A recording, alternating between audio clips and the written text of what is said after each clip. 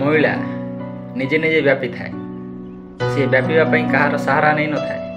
ଯଦି ଆପଣ ଚାରିଆଡ଼େ ବ୍ୟାପିବାକୁ ଚାହୁଁଛନ୍ତି ତାହେଲେ ମଇଳାର ସାହାରା ନିଅନ୍ତୁ, ଦେଖିବେ ବହୁତ ଶୀଘ୍ର ବ୍ୟାପିଯିବେ।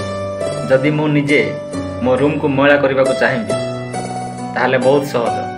ଗୋଟେ କପ୍ ଚାହା ଆଣିବି ଆଉ ତଳେ ଢାଳିଦେବି, ଏ ବହୁତ ଶୀଘ୍ର ମଇଳା ହେଇଯିବ। 5ରୁ 10 ସେକେଣ୍ଡ ଲାଗିବନି, ଏ ମଇଳା ହେଇଯିବ। କିନ୍ତୁ ତାପରେ ଯିଏ ସଫା କରିବାକୁ ଆସିବ ତା ପାଇଁ ଏତେ ସହଜ ହେବନି ସଫା କରିବାଟା। ନିଆଁ ଲଗାଇବାର ଉଦାହରଣ ନିଅନ୍ତୁ। ଗୋଟିଏ ଦିଆସିଲି କାଠିରେ ନିଆଁ ଲାଗିଯିବ ଆଉ ତାପରେ ଯାହା ହେବ ସେଇଟା ଆପଣମାନେ ନିଶ୍ଚୟ ଜାଣିଛନ୍ତି। ସେଠି ଯାହା ବି କାଠ, କପଡ଼ା ଆଉ ସବୁ ଜିନିଷ ଥିବ ସବୁ ଜଳିକି ପାଉଁଶ ହେଇଯିବ। କିନ୍ତୁ ତାପରେ ଯିଏ ନିଆଁ ଲିଭେଇବାକୁ ଆସିବ ତା ପାଇଁ ଏତେ ସହଜ ହେବନି ନିଆଁ ଲିଭେଇବାଟା।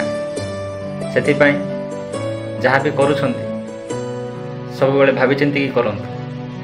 ଯେଉଁଟା ଆପଣଙ୍କୁ ସହଜ ଲାଗୁଛି ହୁଏତ ସେଇଟା ଅନ୍ୟ ପାଇଁ ମୁସ୍କିଲ ହେଇପାରେ, ଆଉ ଯେଉଁଟା ଅନ୍ୟକୁ ମୁସ୍କିଲ ଲାଗୁଛି ହୁଏତ ସେଇଟା ଆପଣଙ୍କୁ ସହଜ ଲାଗିପାରେ।